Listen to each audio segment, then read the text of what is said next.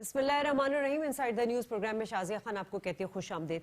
नाज़रीन, शेर मैसूर टीपू सुल्तान से मंसूब एक मशहूर मकौला है कि शेर की एक दिन की जिंदगी गीदड़ की 100 साल जिंदगी से बेहतर है।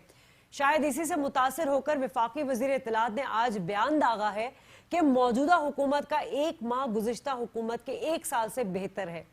सियासी बयानबाजी की हद तक तो बात समझ आती है, मगर देखना यह है कि आया वाकई मौजूदा हुकूमत के इक़दामात गुज़िश्ता हुकूमत के इक़दामात से जुदा हैं और अवाम दोस्त हैं, या नया पाकिस्तान पुराने पाकिस्तान से कोई खास मुख्तलिफ नहीं, क्योंकि एक एक करके महंगाई में रोज बरोज इजाफा सामने आ रहा है। मिनी बजट के नाम पर अवाम पर अलग बम गिराया जा चुका है, जबकि अब तक कोई खातिर ख्वाह अवाम दोस्त इक़दामात सामने नहीं आ सके हैं।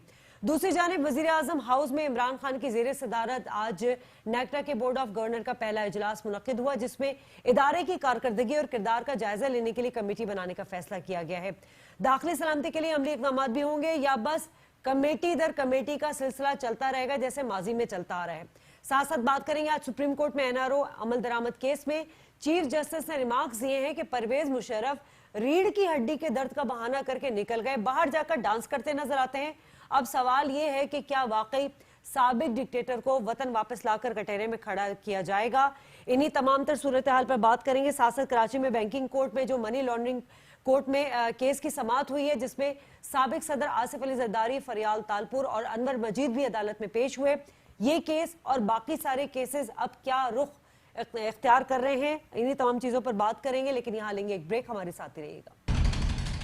वेलकम बैक नाज़रीन, और मेरे साथ स्टूडियो में इस वक्त मेरे मोतबर गेस्ट मौजूद हैं। जमील अहमद खान साहब, आप तजिया निगार हैं, सितारा इम्तियाज भी आपने हासिल किया है, फॉर्मर एम्बेसडर भी हैं, वेरी वार्म वेलकम। जमील साहब टेलीफोन लाइन पर हम ज्वाइन करेंगे, हमारे साथ होंगे एहतशामुल हक साहब, सीनियर तजिया निगार इस्लामाबाद से। सबसे पहले तो नाज़रीन आज हम बात कर रहे हैं कि PTI हुकूमत एक माह कारकर्दगी, उसका जो एक स्टेटमेंट दिया है वज़ीर इत्तलात साहब ने, फवाद चौधरी साहब ने, और उन्होंने ये कहा है कि उनकी जो एक माह की कारकर्दगी है वो साबका हुकूमत की एक साल की कारकर्दगी से बहुत बेहतर है। बज़ाहिर तो हमें अब तक कोई सीरियस पॉलिसी टेकअप करती हुई PTI हुकूमत नजर नहीं आ रही, तनकीद बहुत ज्यादा हो रही है, लेकिन इस तनकीद का जवाब ये दिया जा रहा है कि अभी तो हम अपने डायरेक्शंस को देख रहे हैं, अभी तो हम अपनी सिमत का तायुन कर रहे हैं। तो जब अपनी सिमत का तायुन कर ही रहे हैं, तो फिर ये एक माह की कारकर्दगी को नून लीग की एक साल की परफॉर्मेंस से कैसे कंपेयर किया जा सकता है? जी जमील साहब। ये तो हकीकत है कि जो नून लीग या उससे पहले की गवर्नमेंट जो गर्दाब जमा करके गई थी, उस गर्दाब के हवाले से अगर देखा जाए, और मेरे पास इसके स्टैटिस्टिक्स भी मौजूद हैं, उस अगर गर्दाब के लिहाज से देखा जाए तो ये एक माह का जो फवाद चौधरी साहब ने बताया है आज, वो वाकई में एक डायरेक्शंस तो आदमी उस पर उसकी तनकीद भी कर सकता है, उसकी तारीफ़ भी कर सकता है, लेकिन ये नहीं कह सकता कि एक माह में सारी मईशत ठीक हो जाएगी और एक माह में सारी समाजत ठीक हो जाएगी और एक माह में आपकी गवर्नेंस ठीक हो जाएगी। ये दुनिया में कहीं नहीं हुआ है।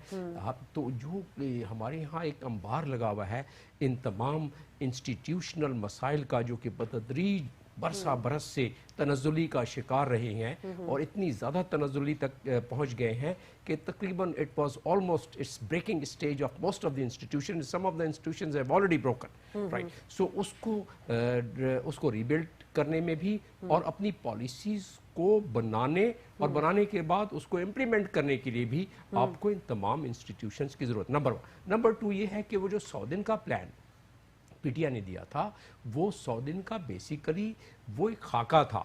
उस खाके को अमली जामा पहनाने के लिए दुनिया में मैं नहीं समझता कि कहीं भी कोई 30 या 35 या 40 वर्किंग डे में इम्प्लीमेंटेशन इतनी नज़र आना शुरू हो जाएगी। ये हकीकत है कि जो अभी टैक्स वाला लेके आए हैं उसमें तनकीद भी हो रही है, तारीफ भी हो रही है। वो टैक्स का जो लेके आए हैं उससे उम्मीद ये नज़र आ रही है कि टैक्स बेस बढ़ेगा। इसी तरीके से जो एक ट्रस्ट लेवल लेके आई है हुकूमत, ये सबसे बड़ी बात किसी भी दुनिया के किसी मुल्क में भी नहीं। जमील साहब, ये टैक्स नेट कैसे बढ़ेगा? टैक्स ना देने वाले पर मेहरबान नजर आ रही है, और जो टैक्स पेयर है उन पे आपने एक एहसास कमतरी पैदा कर दी है। जी, गालिबन आपका इशारा है जो नॉन फाइलर्स की तरफ, ठीक है, और वो आपने सुन लिया डिबेट के दौरान कि उस पे गवर्नमेंट बिल्कुल गौर कर रही है। उसमें एक राय ये है, और मेरी इसमें बड़ी ही जो है मुसद्दक़ा किस्म के और बहुत ही काबिल किस्म के टैक्स एडवाइज़र्स हैं, उनसे भी इंडिपेंडेंट, उनसे भी बात हुई है।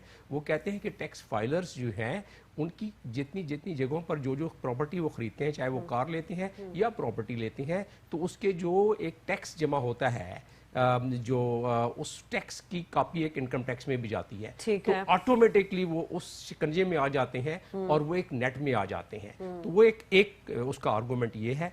और दूसरा आर्गूमेंट ये है कि अगर हमने उन पर सारे फाइलर्स की पाबंदी लगा दी और फिर भी कुछ लोग फाइल नहीं करना चाहते हैं, आपको इस चीज़ का अंदाज़ा शायद हो और आपके नाजरीन को कि लोगों ने जुड़िया बाजार में मुख्तलिफ जगहों पर डिफेंस में बोरियों में और बक्सों में पैसे रखे हुए हैं कि जी हम नॉन फाइलर बन रहे हैं तो अच्छा है, वरना हम उस टैक्स नेट में आ जाएंगे। तो उनको वहां से निकालने का भी कुछ मौका देना चाहिए। तो मैं समझता हूं कि इसमें जो टैक्स एडवाइजर्स हैं और जिस मामले में ज़्यादा महारत रखते हैं वो ज़्यादा बेहतर तरीके से बता सकते हैं। लेकिन ये जो मैंने लोगों से डिस्कशन की, और मैं किसी हद तक कायल भी हूँ इस मामले से, कि जो लोग आपने ये पाकिस्तान में जो पैरेलल इकोनॉमी है आपकी एक्चुअल इकोनॉमी से ज्यादा है। अब उस पैरेलल इकोनॉमी जिसको ब्लैक मनी भी कहते हैं, उसको निकालने का मौका पाकिस्तान जैसे ममालिक में कहीं ना कहीं हमने वो अवामिल पैदा करने होंगे कि उस पैसे को लोग निकालें, बक्सों में बंद करके नहीं रखें। और यहाँ तो ये सूरत हाल है कि जो बड़े बड़े तिजोरियाँ हैं और बड़ी बड़ी कंपनियां हैं जिन्होंने सेफ डिपॉजिट रखे हुए हैं, आप यकीन जाने लोगों ने वहाँ काउंटिंग की मशीन लगाई हुई है इंडिविजुअल्स ने, और मशीनों से काउंट करके वो बड़ी बड़ी वो भरते कमरा नुमा, तो उसको निकालना पड़ेगा उस पैसे को। हमारे साथ टेलीफोन लाइन पर एहतशामुल हक साहब ने ज्वाइन कर लिया। एहतशाम साहब, बहुत बहुत शुक्रिया आपका। ये जो वजीर इत्तलात साहब ने दावा किया है, ये दावा किस हद तक दुरुस्त है? अभी तो सिंध का तयन ही किया जा रहा था, अभी तो टास्क फोर्स की कोई रिपोर्ट नहीं आई थी, फिर इस तरह का दावा कर देना, किस तरह देख रहे हैं इस बयान को आप? देखिए शायद मैं आपकी सवाल को सही समझ पाया हूँ तो मेरा ख्याल है बुनियादी तौर पे जो इस वक्त क्रिटिसिज्म हो रहा है हुकूमत से और असद उमर साहब से हो रहा है कि ये मिनी बजट में पूरे 10 माह का बजट पेश किया है इन्होंने, और उसमें जो इनका बड़ा कैसे रहा है कि कैसे गवर्नमेंट करना है, हमें ट्रांसफॉर्मेशन ऑफ द इकोनॉमी कैसे करनी है, ब्लैक इकोनॉमी को कैसे खत्म करना है, टैक्स कल्चर को कैसे बढ़ाना है। इन्होंने ये अपने स्पीच में इन्होंने सारा प्रिमाइज जो था ग्राम से नीचे गिरा दिया। तो कल की नवाज शरीफ साहब की तकरीर के बाद थोड़ी थोड़ी करके भागे हैं, उन्होंने कह दिया कि अच्छा हम ये जो खराब बिल है 2018 का, इससे अगर आप कहते हैं तो हम तरमीम कर लेते हैं। इसके तहत हमने रिलीफ दिया था, किनको दिया था? जो टैक्स नहीं दे रहे थे, फाइलर नहीं थे, और नॉन फाइलर को, और जो रियल स्टेट में खरीदना चाहते थे उनको जो छूट दी थी उसको हम वापस लेने के लिए तैयार हैं। आप मुझे बताएं शाजिया, कौन इनको अक्लमंद कहेगा कि भाई आपने एक फैसला कर दिया और आप फ्लोर ऑफ द हाउस उसको वापस लेने जा रहे हैं? ये सब कुछ बताता है कि आपकी कोई स्ट्रेटेजी, इकोनॉमिक स्ट्रेटेजी नहीं थी, आप कोई होमवर्क नहीं किया था। और ये पहले वजीर हैं इनकी तारीख से जिनको 4 महीने पहले बता दिया गया था कि आप फाइनेंस मिनिस्टर होंगे। तो मुझे भी और बहुत सारे लोगों को मायूसी है कि इन्होंने टैक्स ब्रॉडन करने के लिए कुछ नहीं किया। 450 अरब रुपए का जो पब्लिक सेक्टर डेवलपमेंट प्रोग्राम था उसको कट लगाया इन्होंने, और इन्होंने आप और हम जो टैक्स देने हैं मजीद उन पर बोझ डाल दिया। बाकी इनको जो ढूंढना चाहिए था, जो इनका बहुत बड़ा एक फैसला था इमरान खान साहब का कि मैं जी 4 ट्रिलियन रुपीज से 8 ट्रिलियन रुपीज का रेवेन्यू कर दूंगा, तो आप उस तरफ तो गए नहीं है। आपने कोई रिफॉर्म मेजर की बात नहीं की, इकोनॉमी को रिस्ट्रक्चर करने की बात नहीं की, एफडीआर को एम्पावर करने के वहाँ पे सिक्योरिटी की बात नहीं की, करप्ट प्रैक्टिस को खत्म करने की बात नहीं की। तो लोग तो आपके खिलाफ होंगे और लोग सवाल उठाएंगे। सबसे बात बड़ी इंपॉर्टेंट चीज है शादिया, इस बजट में कोई डायरेक्शन नहीं सेट कर पाए कि इन्होंने क्या करना है, इन्होंने टैक्सेस कैसे इकट्ठे करने हैं, इनडायरेक्टिव कैसे खत्म करना है।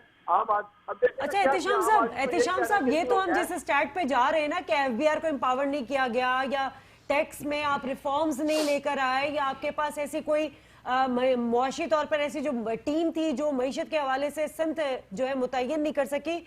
एक आम सी बात ले लेना, गैस की प्राइस बढ़ा दी गई। यही पीटीआई जब ऑपोजिशन में थी तो गैस की कीमतें बढ़ने पे चीखती थी। आज आपने 10,000 आर्ग्यूमेंट पेश करके कह दिया जी गैस की कीमतें हमें बढ़ानी है। आज बिजली की 4 रुपए इजाफे की बात हो रही है जो पोस्टपोन करके अगले हफ्ते तक कर दिया।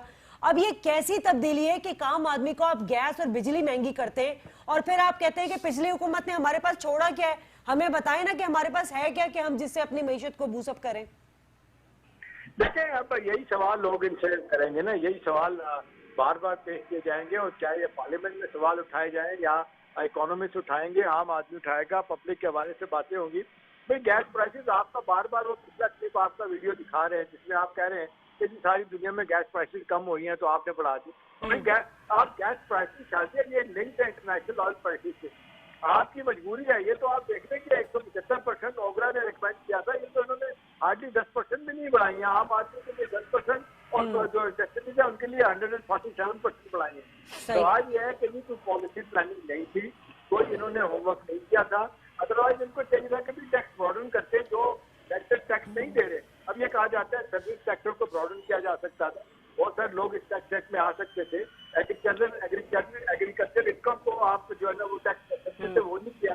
ان کی پارٹی کے اندر آپ دیکھ لیں ایگریکلچرسٹ بیٹھے ہوئے ہیں اور بلیک اکانومی میں جو لوگ جنہوں نے انڈسٹری لگائی ہے وہ لوگ بیٹھے ہوئے ہیں. تو لوگ تو پھر کہیں گے آپ کے پاس الزام تراشی ہوگی کہ آپ نے ان کے فائدے کے لیے کیا. تو میرا خیال ہے زیادہ افسوسناک بات یہ ہے کہ کوئی اکنامک ڈائریکشن کوئی اسٹریٹجی نظر نہیں آتی. وہ پنجابی میں کہتے ہیں ڈنگ چھپاؤ.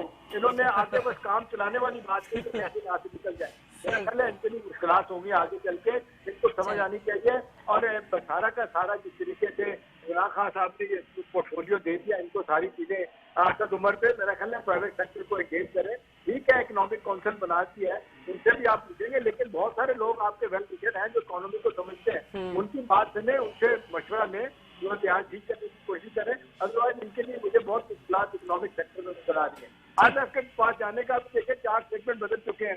اسد عمر صاحب کل بھی انہوں نے کہا کہ میں آئی ایم ایف کے پیچھے نہیں چھپوں گا. اور بھائی آپ اپنے گھر سے پیسہ لے کے آئیں گے, $9 بلین آپ کو فائنینشیل گیپ اور فوری طور پہ جو فل کرنا ہے کہاں سے لے کے آئیں گے؟ چائنا کتنا کا آپ کو دے دے گا؟ چائنا نے 13 ماہ میں $6.1 بلین دے دیا. اب $4.5 بلین آپ جو ہے نا وہ کہا جا رہا ہے ایشین ڈیولپمنٹ بینک دے گا. آپ امریکہ سعودی عرب سے ہو کے آئے, خبریں چلوا کے آپ نے کہ $10 بلین کی سرمایہ کاری کر رہا ہے سعودی عرب. آپ فور آف دی ہاؤس سے بکر گئے اسد عمر صاحب کہ یہ تو ابھی کوئی کیسا طے نہیں ہوا. تو میرا خیال ہے ان کو ہاؤسنگ آؤٹر کرنے کی ضرورت ہے, اپنی پلاننگ کو ٹھیک کرنے کی ضرورت ہے. اور مجھے تو لگتا ہے احتشام صاحب, مجھے تو لگتا ہے یہ آئی ایم ایف کے پاس جائیں گے اور کہیں گے کہ ہمارے پاس اس کے علاوہ جانے کا ہمارے پاس کوئی چارہ نہیں تھا, ہمارے ریزروز جو ہیں وہ 1.5 ماہ کے رہ گئے. میرے ساتھ جمیل صاحب بھی ہیں اسٹوڈیو میں, آپ ہمارے ساتھ احتشام صاحب ٹیلی فون لائن پر ہی رہیے گا. بظاہر تو یہی لگ رہا ہے جمیل صاحب کہ پی ٹی آئی نے شاید فگر آؤٹ کر لیا ہے کہ جی یہ تماش بین قوم ہے, معذرت کے ساتھ اس قوم کو جو ہے نا اسی طرح نکیل ڈال کے رکھو. پہلے آپ نے دعوے اتنے کیے جب آپ اپوزیشن میں تھی کہ ہم آتے ساتھ حکومت میں یہ کر دیں گے, وہ کر دیں گے, عام آدمی کی زندگی بدل دیں گے. حکومت میں آتے ہوئے آپ نے سابقہ حکومت کو آپ نے کوئی ہوم ورک نہیں کیا. ہم بار بار اسی پروگرام میں کہتے ہیں بھائی کوئی آپ کی معاشی ٹیم ہوتی, اس کے امپیکٹس ہوتے. اسد عمر صاحب تو تیسرے دن ہی سے پتہ چلا تھا کہ فائنانس منسٹر ہے, آج وہ کہتے ہیں کہ آئی ایم ایف کے پیچھے نہیں چھپوں گا. دیکھیں ہم میں پیشنس بہت کم ہے ایز منحاص القوم. ٹھیک ہے, ہمیں جو اس چیز کا ادراک بالکل ہمارے دوسرے گیسٹ نے بھی بہت سارے فگرز اور ظاہر ہے ان کا محسوس ہوتا ہے کہ معاشیات میں ظاہر ہے ان کی ایکسپرٹی ہے, تو اس لحاظ سے حقیقتاً انہوں نے کافی فگرز دیے ہیں. لیکن میں اس کا ایک اسٹریٹجک ویو پیش کرنا چاہتا ہوں. اسٹریٹجک ویو یہ ہے کہ دنیا میں جہاں جہاں پولیٹیکل کیمپین ہوتی ہے وہ اتنی زیادہ پریکٹیکلٹی کے نزدیک نہیں ہوتی ہے. وہاں ووٹ لینے کے لیے ہوپس بڑھائے جاتے ہیں. چاہے وہ ٹرمپ کی کیمپین کو آپ دیکھیں, اس نے اپنے کیمپین میں وعدہ کیا تھا کہ میں افغانستان سے فوجیں وڈرا کر لوں گا, اور اس نے نہیں کیا. اسی طرح بہت سارے اور وعدے کیے تھے, نہیں پورا کر سکا. جب وہ کہتے ہیں نا کہ فسانے میں حقیقت سے زیادہ حسن ہوتا ہے, اور حقیقت کو برائے مصلحت افسانہ کہتے ہیں.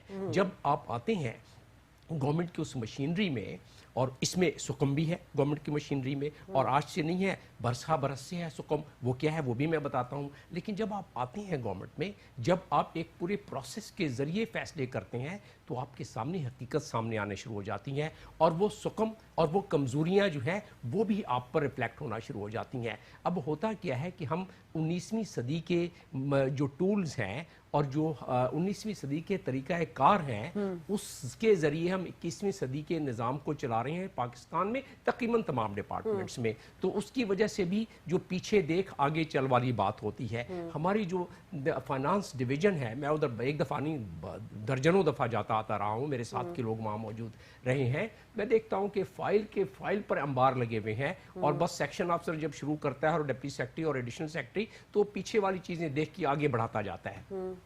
اب फाइनेंस मिनिस्टर के पास यकीनन एक अच्छी टीम होनी चाहिए और उनके पास अब है भी एडवाइजरी टीम, उससे कितना इस्तेफादा हासिल किया है, यकीनन ज़्यादा इस्तेफादा हासिल करना चाहिए। लेकिन जितने अय्याम मिले हैं, इस अय्याम में जो तवक्कुआत हैं, मैं समझता हूँ कि तवक्कुआत ज़्यादा हैं, और जितने दिन मिले हैं वर्किंग डे, उसके लिहाज से अगर देखा जाए तो कम है। वो आप वाली बात की लोगों की हाइप्स इतनी क्रिएट हो गई थी, कराई गई है ना। जी आपने खुद इतना क्लेम कर दिया कि आवाम बैठ गए, समझ गए कि नादहिंदा आ गए हमारे पास, हमारी निजात दिलाएंगे। ये कौम इतनी प्यासी थी कि इसे बिल्कुल एक एक कतरे पानी की ज़रूरत थी, और जब उन्होंने जो भी होप दिलाई, उस होप को मज़ीद उन्होंने मैग्नीफाई करके अपने लिए ज़्यादा महसूस कर लिया। तो अब मैंने जिस तरह के बताया आपको कि फसाने और हकीकत में बड़ा फ़र्क है। अभी हमें हकीकत पसंदाना होना होगा, हमें इस चीज़ का इदराक रखना पड़ेगा कि हम $38 बिलियन का ट्रेड डेफिसिट है, पैसे चाहिए ना, हमें इस चीज़ का इदराक होना चाहिए कि हम 94 से 96 बिलियन का हमारे पास कर्ज है, बिलियन डॉलर्स का। हमें इस चीज़ का इदराक होना चाहिए कि 2.2 ट्रिलियन डॉलर्स का हमारे पास करंट अकाउंट डेफिसिट है, और 1.2 ट्रिलियन डॉलर का हमारे पास 56 इदारों को हम चला रहे हैं। ऐसे हालात में तो आपके पास पैसा एक नहीं है जेब में, तो उसमें आपको प्रॉब्लम्स तो थोड़े से कुछ दिन नजर आएंगे। जबकि उससे ट्रस्ट जो बढ़ा है। जी जी, एहतेशाम साहब, जमाल साहब की बात मुझे बहुत ही जमील साहब की बात मुझे बहुत ही खूबसूरत लगी कि जो फसाने होते हैं वो हकीकत से ज्यादा खूबसूरत होते हैं। तो यही कुछ हुआ कि जब वोट लेना था आवाम से तो आपने बड़ी बड़ी बातें कर ली, और इसमें भी कोई गलत बात नहीं की फवाद चौधरी साहब ने कि साबका हुकूमत ने छोड़ा क्या कि हम चंदा ना लें तो जाए कहाँ, क्या करें। इनकी इस बात से भी हम इनराफ नहीं कर सकते, लेकिन बात वही है कि इन्होंने अपनी कोई पॉलिसी नहीं बनाई है, एक सीरियस पॉलिसी हमें पीटीआई की नजर नहीं आ रही है, कोई डिलीवर करती हुई टीम हमें नजर नहीं आ रही है चीजों को।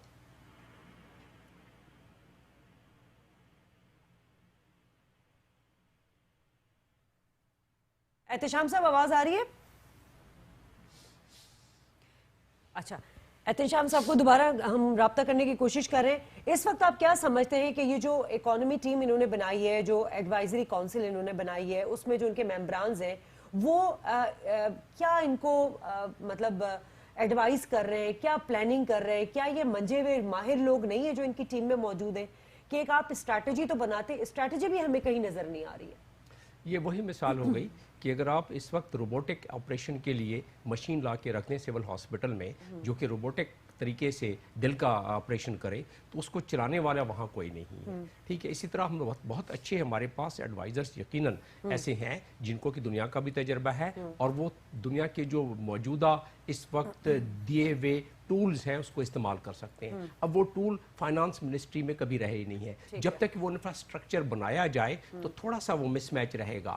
वो थ्योरी ज़्यादा होगी प्रैक्टिकल के लिए उसको, क्योंकि जब आप थ्योरी को प्रैक्टिकल के साथ लेके आते हैं तो प्रैक्टिकल इम्प्लीमेंटेशन में कोई दिक्कत सामने पेश आती है। तो आपके सवाल का कंक्लूडिंग जवाब मेरा ये है दो लाइनों में कि टीम अच्छी है, लेकिन जो स्ट्रक्चर इस वक्त है हमारे पास, जब तक कि वो आहिस्ता आहिस्ता उसको इम्प्रूव और किया जाए और तब्दील किया जाए, उस वक्त तक ये टीम इतनी ज्यादा कारगर नहीं है। मैं एहतेशाम साहब, अगर आप ये हमारी गुफ्तगू सुन रहे हैं तो जमील साहब यही फरमा रहे हैं कि टीम हमारे पास अच्छी है, यानी पीटीआई की गवर्नमेंट के पास टीम अच्छी है, मगर आपने एडवाइजरी काउंसिल की बात, एडवाइजरी काउंसिल की मैं बात कर रही हूँ, क्योंकि हम बात कर रहे थे कि कोई मुआशी टीम के असरात हमें उस तरह नजर नहीं आ रहे।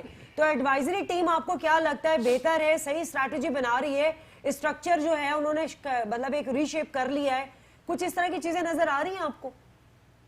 शायद आपकी आवाज कुछ क्लियर नहीं है जो मैं समझ पाया हूँ आपकी बात में, तो आपको उसका जवाब तो यही बनता है कि भाई आपको दो बड़े मसले हैं इकोनॉमिक फ्रंट पे। एक आपका बजट का खसारा है और जो 6% तक जाने वाला है, और उसके बाद आपका आ जाता है करंट अकाउंट डेफिसिट जो $18 बिलियन का हो गया है। सबसे बड़ा मसला ये है कि आपने दूसरी कंपोनेंट तो चलो आपने पीएसडी पे कट लगा दिया, कुछ और कर लिया तो मैनेज कर लेंगे थोड़ा बहुत फिस्कल डेफिसिट को। भाई असल मसला तो है कि एक्सटर्नल फ्रंट पे आप डॉलर छाप तो नहीं सकते, पैसा तो आप छाप सकते हैं, फिस्कल अपना डेफिसिट फाइनेंसिंग कर सकते हैं, स्टेट बैंक नोट छाप सकता है और छापता रहा इस मुल्क में, लेकिन बाहर से आप मैनेज चीज़ें करनी है तो या आपके रेमिटेंस बढ़नी चाहिए। वो रेमिटेंस जो आपकी जो कहा जाता है कि जो 18 बिलियन तक की रह गई है 20 बिलियन के बाद, आपका फिर इम्पोर्ट आपकी देखें वो कितनी ज़्यादा हो गई है, वो इम्पोर्ट आपकी 60 बिलियन की हो गई है और एक्सपोर्ट आपकी $24 बिलियन से $20 बिलियन हो गई है। तो इन हालात में आपके पास पैसे नहीं है, आपको IMF के पास आपको जाना ही जाना है। उससे बचने के लिए कोई स्ट्रेटेजी आपके पास है नहीं है, कैसे करेंगे? अभी कभी बॉन्ड फ्लोट करने की बात लेकिन करते हैं। फवाद साहब के एक बात से तो हम सब मुत्तफिक होते हैं ना कि उन्होंने कहा कि छोड़ा क्या है, अगर हम चंदे पे ना जाए तो हम क्या करें, पिछली हुकूमतों ने छोड़ा ही क्या है। पर ये शाजिया, इनको कोई नहीं कहता कि आप ये ना कहें कि वाकई कुछ नहीं छोड़ा, उन्होंने तबाही फेर के गए PMLN वाले। लेकिन सवाल ये है कि भाई आप अभी भी ओपोजिशन में रहे कि सिर्फ तकरीरें करेंगे? भाई आप अपनी स्ट्रेटेजी तो बनाए ना, आप लोगों को कन्विंस करें। मतलब आप ये गवर्नमेंट से कोई पूछे कि भाई आपने अभी तक क्या फैसला किया है कि आपके रिजर्व नीचे आ रहे हैं, आपका डिफॉल्ट का खतरा है, IMF के पास अगर नहीं जाते तो सारी दुनिया कह रही है। IMF के बारे में लोग कहते हैं कि IMF का एजेंडा भी आप वही है जो PTI का है, यानी ऑस्टेरिटी वो कहते हैं, बेल्ट टाइटनिंग, अपने खर्चे कम करें। और दूसरा देखें ना शाजिया, एक आम से सवाल है, मैं आपको कहता हूँ कि मुझे शाजिया 20 लाख रुपए चाहिए, आपका ये नहीं बनता फर्ज कि आप मुझसे पूछेंगे निजाम साहब आप 20 लाख मुझे वापस कैसे करेंगे? वो यही कहते हैं कि जी आप अपने पैसे हमसे मांगते हैं, आप बताएं आपने वापस कैसे करना है। आप वो फिर कहते हैं आप टैक्स लगाएं, वो आप कहते हैं अपने खर्चे कम करें, वो कहते हैं कि जी नए सेक्टर जो है उन पर आप टैक्स लगाएं, एग्रीकल्चर इनकम पर टैक्स लगाएं। हम सब लोगों से भाग रहे हैं। असल बात यह है कि ये लोगों से डर रहे हैं कि जी हमने थोड़ा सा भी कुछ किया तो लोग हमारे पीछे पड़ जाएंगे। तो लोग वैसे भी आपके पीछे पड़ेंगे। पार्लियामेंट में कोई आपको माफ नहीं करेगा छोटी छोटी गलतियों पे। अभी वो ये कह रहे थे कि जी प्राइम मिनिस्टर को UN जाना चाहिए, अगर चले जाते तो उन्होंने कहना था वो देखो जी अभी तो 1 महीना नहीं हुआ, इनको इशारों की पड़ी है। तो अहम सवाल ये है कि उन्होंने तो हर सूरत में आपको जो है ना अपोजिशन करनी है, आपकी अपोजिशन में जो लोग बैठे हैं। सवाल ये है कि आपका एजेंडा क्या है, आप चीजों को कैसे ठीक करेंगे? इकोनॉमी को ठीक करने के लिए आपने दावे किए, आप लोगों ने इतने दावे किए कि हिसाब को ही नहीं था। तो आप उसको ठीक करने के लिए आप क्या करेंगे? इस हवाले से अभी तक ये क्लैरिटी इनमें नहीं। तो अभी इनको चाहिए कि फौरी तौर पे ये अपना पहला मसला हल करे कि भाई आपने ये खुदा ना खास्ता जो कर्जे आपने वापस करने हैं, जो आपका कर्जा $94 बिलियन का हो गया है और ओवरऑल शाजिया डेट हमारा टोटल डेट जो है वो 29 ट्रिलियन रुपीस का हो गया है। आपकी GDP के 75% के बराबर में आपका कर्जा हो गया है। अभी इसको उतारने के लिए कोई आपकी स्ट्रेटेजी हो, आप कैसे करेंगे? आपको टैक्स लगाने पड़ेंगे, आपको बेल्ट टाइटनिंग करनी पड़ेगी, आपको नए सेक्टर ढूंढने पड़ेंगे, आपको ठीक है डैम आप लोगों से कह के चंदे से बनवा लेंगे, टाइम थोड़ा सा लगेगा।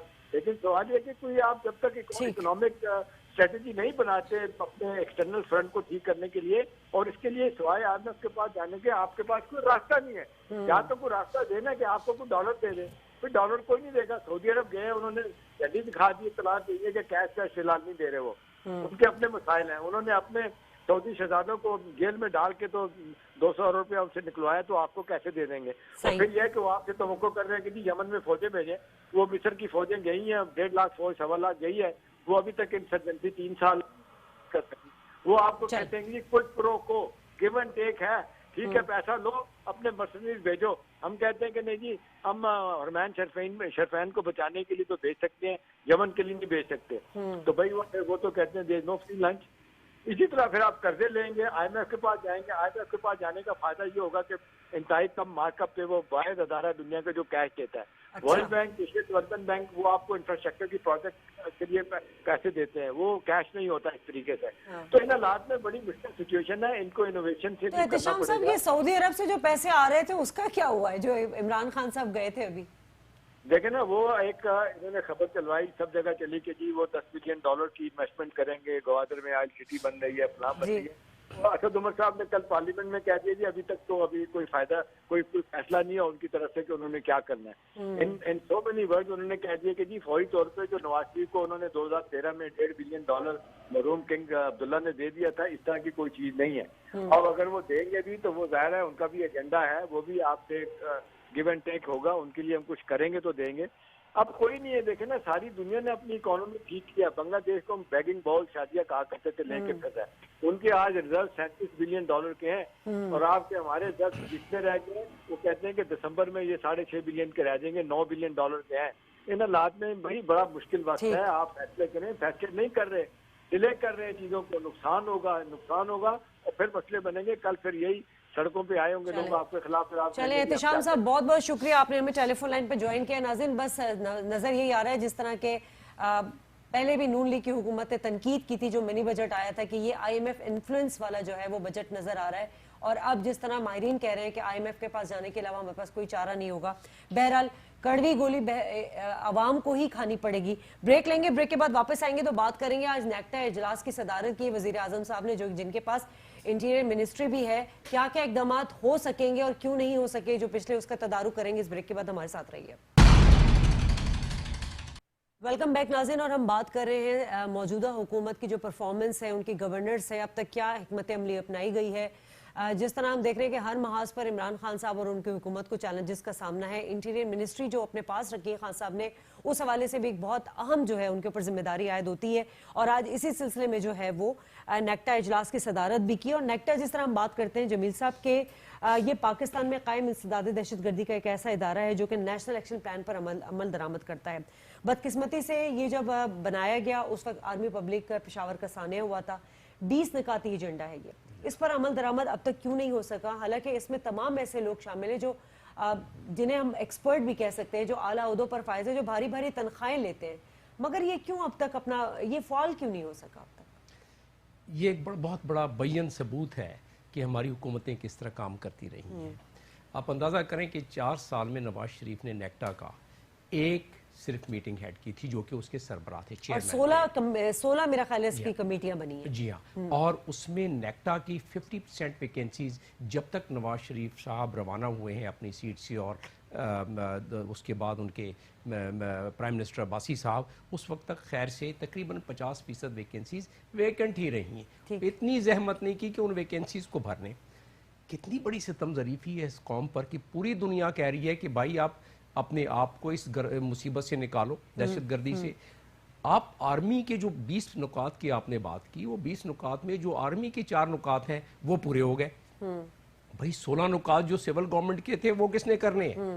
وہ پچھلی گورنمنٹ نے نہیں کیا. آپ اندازہ کریں کہ ایک چیز کی تو کم از کم اس چیز کو ماننا پڑے گا, اور یہ چیز قابل ستائش گرداننی پڑے گی کہ آتے کے ساتھ ہی پہلے ہی چند ہفتوں میں عمران خان نے اس کی میٹنگ کال کر لی. اب میٹنگ کال کرنے کا مقصد یہ تو نہیں ہے کہ آمدن گفتن برخاستن, ظاہر اس میں یہ چیزیں سامنے آئیں. نیکٹا کا مسئلہ یہی تھا کہ جو شخص اس کا چیئرمین تھا وہ کبھی پوچھتا ہی نہیں تھا نیکٹا کو.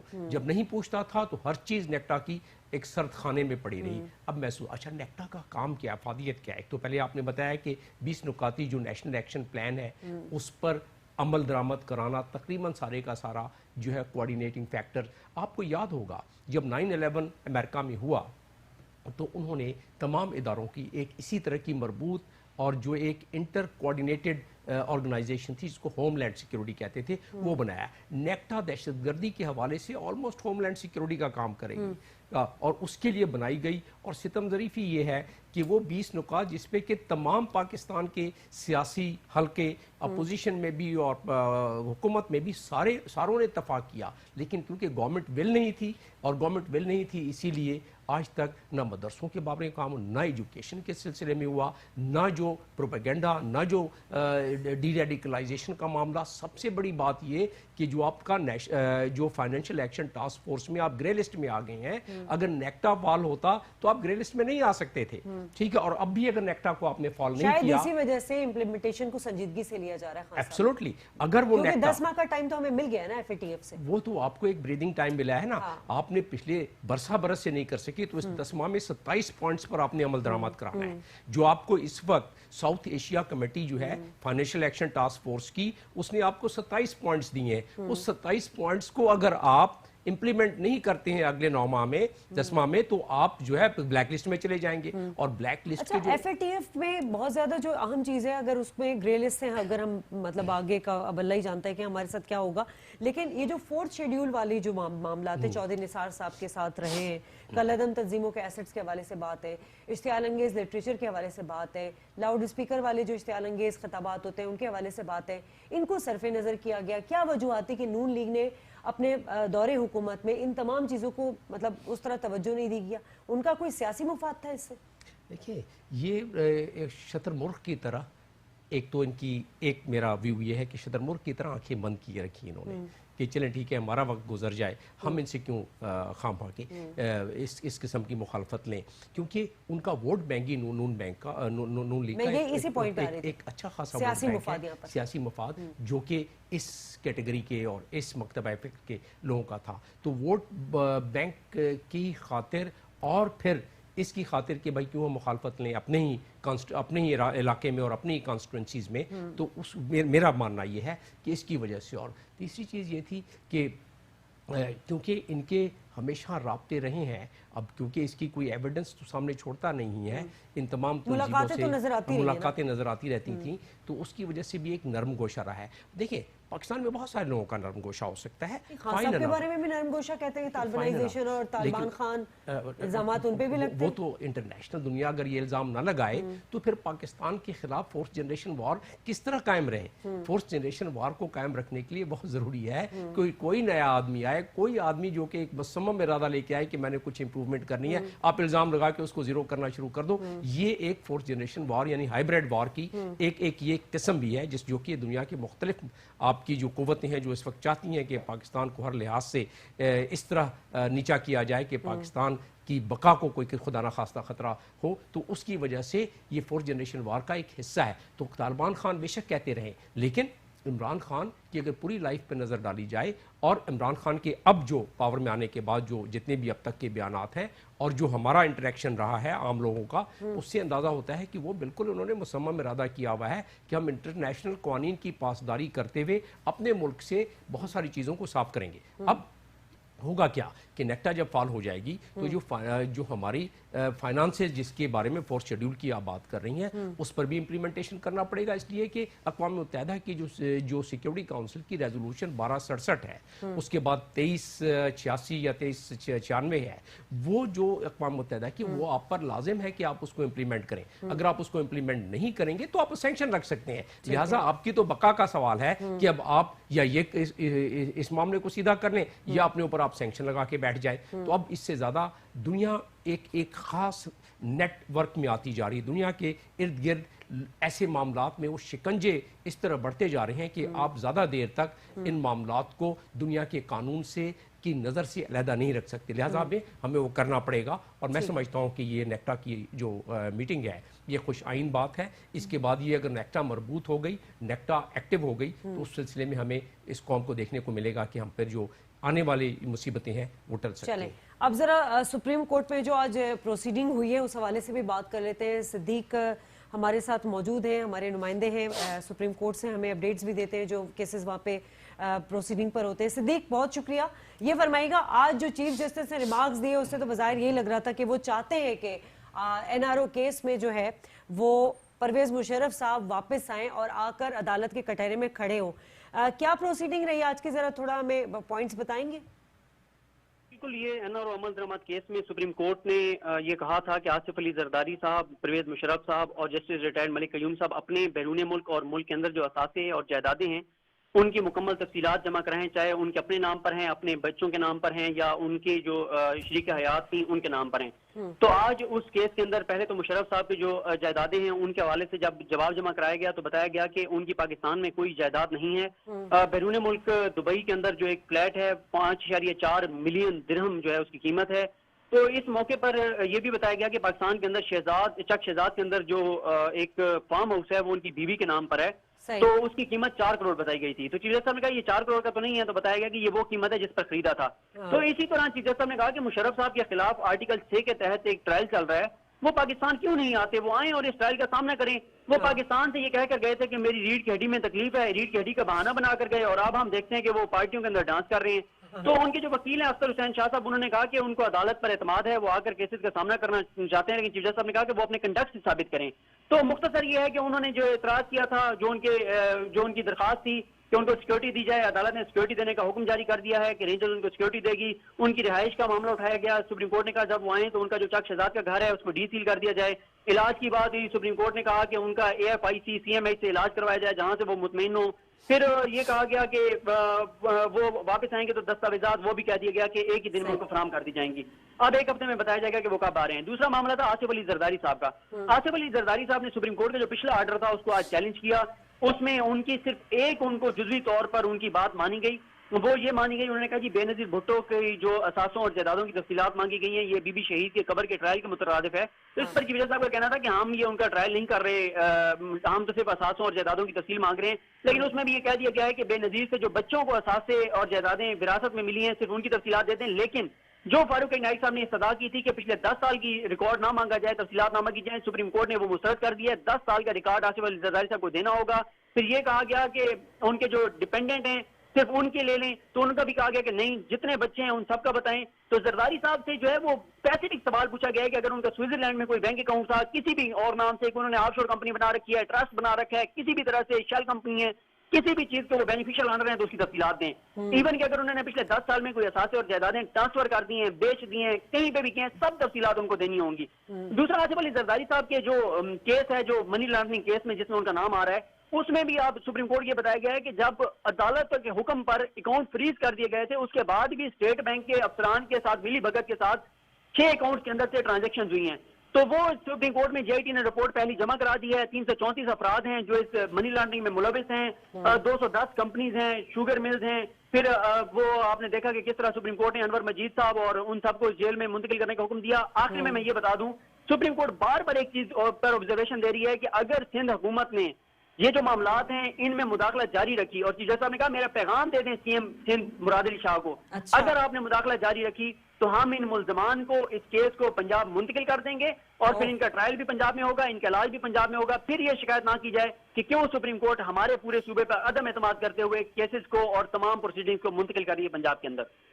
बहुत बहुत शुक्रिया सिद्दीक जान, आप सुप्रीम कोर्ट में जो हियरिंग हुई है उसे अपडेट कर रहे थे, बहुत शुक्रिया आपका। जमील साहब, एक तो हम ये सब जुडिशरी मामलात हैं, इस पे हम बहरहाल तबसरे तज्जिए नहीं कर सकते, नहीं जजमेंट पे आप कर सकते हैं, जजमेंट पे तो कर सकते हैं, लेकिन जिस तरह उन्होंने 10 साल का रिकॉर्ड मांगा है आसिफ अली जरदारी से और जो बैरूनी एसेट्स हैं उस पर, लेकिन मुशर्रफ ने जब बोला कि मेरे पाकिस्तान में कोई जायदाद नहीं है, मेरा अपार्टमेंट है दुबई में, और वो उनकी तफसीलात मांगी गई। देखिए कोर्ट के पास 18 लाख केसेस पेंडिंग है। ये अगर इसमें अगर तवाज़ुन बरकरार रखा जाए तो क्योंकि वो एक सियासी पहलू है, कोर्ट के सामने अगर वो बात, ये भी तो गद्दारी का मामला है ना, सही है वो बात। अब गद्दारी का मामला और एसेट का मामला, खैर आपके सवाल का मैं जवाब देने की कोशिश करता हूँ। वो ये है कि अगर कोर्ट के सामने ऐसी कोई बहस आती तो यकीनन एपेक्स कोर्ट इस बात को भी ले लेती। अब नुक्ते से नुक्ता अगर कंपेयर किया जाए एक केस का और दूसरे केस से, तो हर केस में बहस दूसरे एक अंदाज में शुरू होती है। तो मैं समझता हूँ कि ये एक ज़्यादा मुनासिब वो नहीं होगी बात कि अगर हम ये कहें कि नुक्ते से नुक्ता मिला के एक केस का दूसरा। हाँ, ये मुवाजना कर सकते हैं कि एक मुलजिम को तो बाहर से वापस लाया जा रहा है, दूसरा मुलजिम चाहे वो उसका नाम परवेज़ मुशर्रफ ही क्यों ना हो, कि वो एक रीढ़ की हड्डी का बहाना करके गए और उसके बाद अभी तक नहीं आए। तो फिर सुप्रीम कोर्ट ने तो बहुत दफ़ा कहा हुकूमत वक्त को कि भाई आप उनको लेके आए, उसका तरीक़ाकार है वापस लाने का। तो मैं समझता हूँ अदालत तो सिक्योरिटी भी देने को तैयार है, गिरफ्तार ना करने को भी तैयार है, बस वापस आ जाए। वो एक हमारे लॉ में सुकम है और बस मामला यही है कि मेरी तमन्ना है कि इस मुल्क में हमारी ज़िंदगियों में एक इंसाफ, बराबरी और मसावी इंसाफ का मामला हम किताबों में तो बहुत पढ़ते हैं और कोर्टों में बहुत सुनते हैं, लोगों से बहुत सुनते हैं, लेकिन आप जेलों में चले जाएं तो ऐसी कोई बात नहीं है। आज की सुप्रीम कोर्ट की प्रोसीडिंग्स देख लें, जो बड़े बड़े लोग हैं जेल में रहता ही कोई कम है, और रहता भी है कोई अस्पताल में चला जाता है, कोई घर पे चला जाता है, और ज्यादातर तो लोग बीमार हो जाते हैं और उसके अलावा जेल में भी रहते हैं। तो जिस आशाइश से रहते हैं वहाँ एक गरीब आदमी, हमारे यहाँ तो ह्यूमन राइट की वायलेशन है तमाम जेल्स, तमाम प्रिजन्स जो हैं इनको करेक्शन सेंटर कहा जाता है। It's an apology to even call prison a correction center, because prison में तो हम और मजीद मुलजिम को मुजरिम बना देते हैं, दूसरे मुजरिमों के साथ रख के एक कमरा जिसमें कि 10 आदमी की जगह है वहाँ 40-40 आदमियों को रखा हुआ है। ये तो टोटल वायोलेशन है। और बतदरीज जो हुकूमतें पहले आई हैं उन्होंने प्रिजन ज़्यादा नहीं बनाए हैं। भाई आप या तो क्रिमिनल जस्टिस सिस्टम से ही करें या आपने प्रिजन को, और फिर जो आप कैदी रखते हैं उन पे तो मसावी आप सलूक करें ना। आपके A-B-C क्लास है वो कानून में दिया हुआ है, उससे हटकर आप उनको अस्पतालों में भेज रहे हैं, घरों पे भेज रहे हैं। ये बिल्कुल चीफ जस्टिस ने सही कहा है। ये अगर 10% केसेस में भी केसेस ट्रांसफर कर दें और एक प्रिजन से दूसरे प्रिजन में कर दें, आप देखें कि लोग कैसे सीधे होते हैं। ठीक है, जमील अहमद साहब बहुत शुक्रिया आपका, आप तशरीफ लाए। नाज़रीन, प्रोग्राम का वक्त अपने इख्तिताम को पहुंचता है। शाज़िया खान को इजाजत दीजिए, अल्लाह ने के बाद।